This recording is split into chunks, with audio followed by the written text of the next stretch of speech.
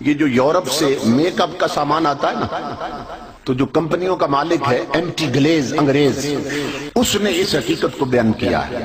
اس کی جو پوری کتاب ہے کہ اس فیکٹری میں کیا کیا چیزیں بنتی ہیں اور کس کس سے وہ چیزیں بنتی ہیں، میک اپ کا سامان۔ پروفیسر احمد صقر ہیں بیروت میں، یہ غیرت مند مسلمان، انہیں پتا چلا تو انہوں نے پھر اس کو پوری دنیا میں پھیلایا کہ یہ ہو رہا ہے مسلمان قوم کے ساتھ۔ وہ ایمٹی گلیز لکھتا ہے کہ ہم جتنی سرخی بنا رہے ہیں، یہ جو ہماری عورتیں ہونٹوں پہ لگاتی ہیں لپسٹک سرخی، وہ ایمٹی گلیز کہہ رہا ہے یورپ میں بننے والی، چائنا میں بننے والی، جرمنی میں بننے والی، امریکہ میں بننے والی، ساؤتھ افریقہ میں بننے والی جتنی سرخی ہے، ہر سرخی میں ہم خنزیر کی چربی ڈالتے ہیں۔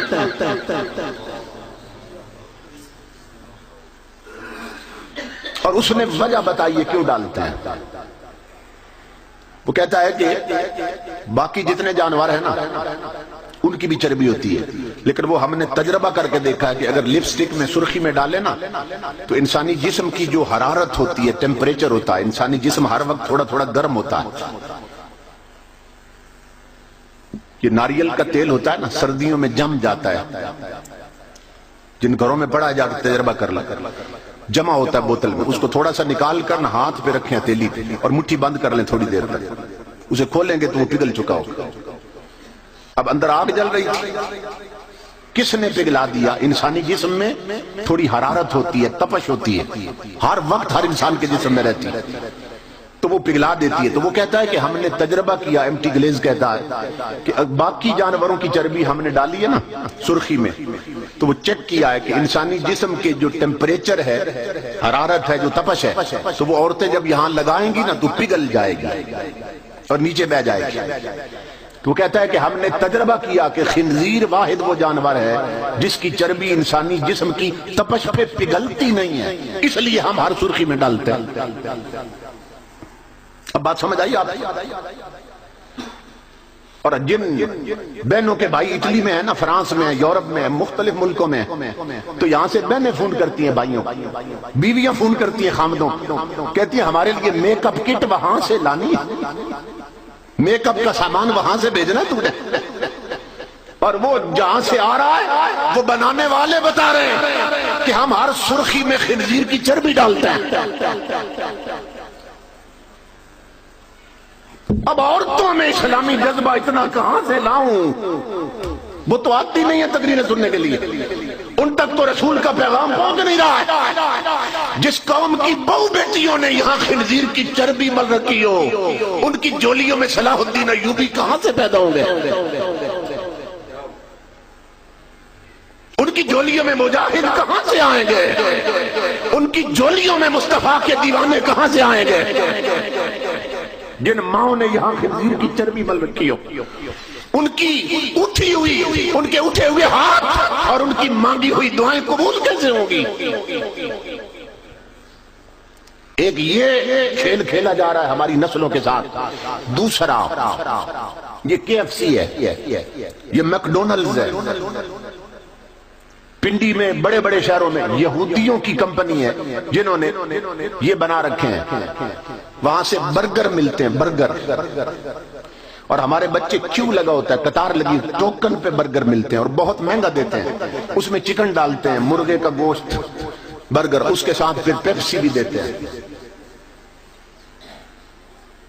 پنڈی میں جو میکڈونلڈز بنا ہے نا، وہاں میں خود گیا، برمنگھم کے ساتھ ہے، والسل انگلینڈ میں ایک شہر ہے، وہاں سے کچھ لوگ آئے تھے، ان کے بچے چونکہ عادی تھے وہاں کھانے، انہوں نے کہا جی ہم نے میکڈونلڈز پہ جانا ہے۔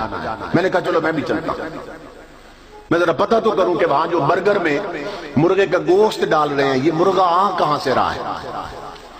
جب میں نے وہاں جا کے پوچھا تو جو مسلمان وہاں ملازم تھے نا، دو بندے ایسے آئے، انہوں نے بتایا، دیندار قسم کے آدمی، انہوں نے بتایا کہ ہم 6-10 سال سے یہاں ملازم ہیں مگر ہم نے کبھی کھایا نہیں برگر۔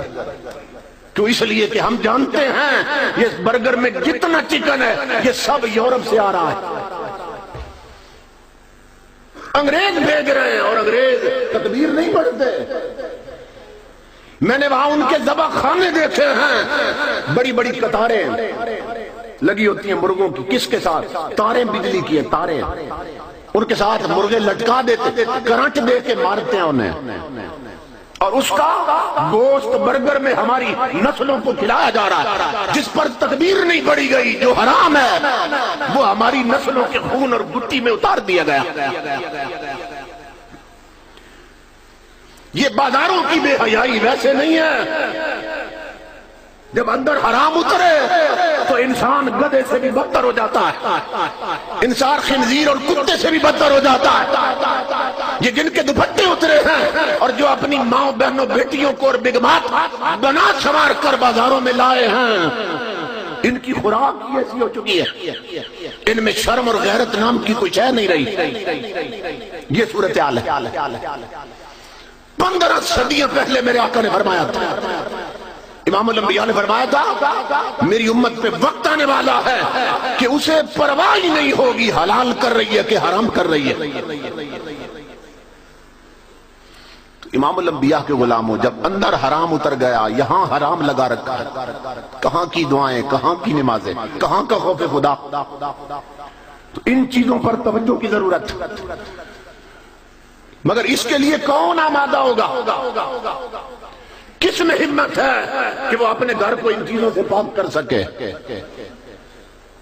کیونکہ ہم تو بیگمات کے اندر ہے نا، ہم تو بیویوں کے نیچے لگے ہوئے ہیں۔ امام الانبیاء نے فرمایا تھا، اے مردو، چونکہ سارے مرد بیٹھے ہیں، اپنے نبی کا پیغام سنو۔ امام الانبیاء نے فرمایا تھا، اے مردو، اذا جاء امورکم الى نسائکم فبطن الارض خیر لکم من ظہرہا، کہ اگر تمہارے گھر کے معاملات عورتوں کے ہاتھ میں چلے جائیں اور سارے فیصلے عورتیں کرنے لگ جائیں تو آقا نے فرمایا تمہارے لیے زندہ رہنے سے مر جانا بہتر ہے۔ میں نے حدیث پڑھی حضور کی، فرمایا مردوں مردے نہ بننا، غیرت مند مرد بن کے رہنا۔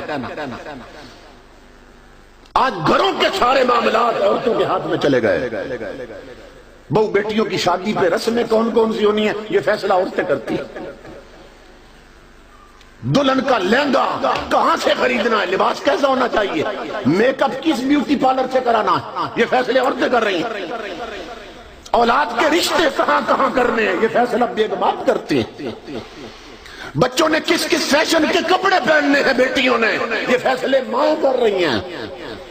اور میرے آقا نے فرمایا اگر تمہارے معاملات عورتوں کے ہاتھ میں چلے جائیں تو مردوں تمہارے لیے پھر مر جانا بہتر۔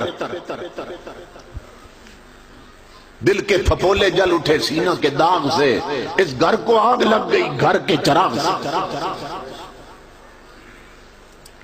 آقا کے ذکر کی مجلس میں آنے والوں، اگر اپنی زندگیوں کو بابرکت بنانا چاہتے ہو، اگر اپنے گھر کے ماحول میں پاکیزگی لانا چاہتے ہو اور گھر کا ماحول جنت کا بنانا چاہتے ہو، جنت کا ماحول، تو میرے آقا نے جو ترتیب دی ہے اسے نہ بدلو۔ یہ سی ڈی تیار ہو رہی ہے، ہو سکتا ہے کئی میری مائیں بہنیں بیٹیاں سنیں، غور کریں جو میں کہنے لگا ہوں۔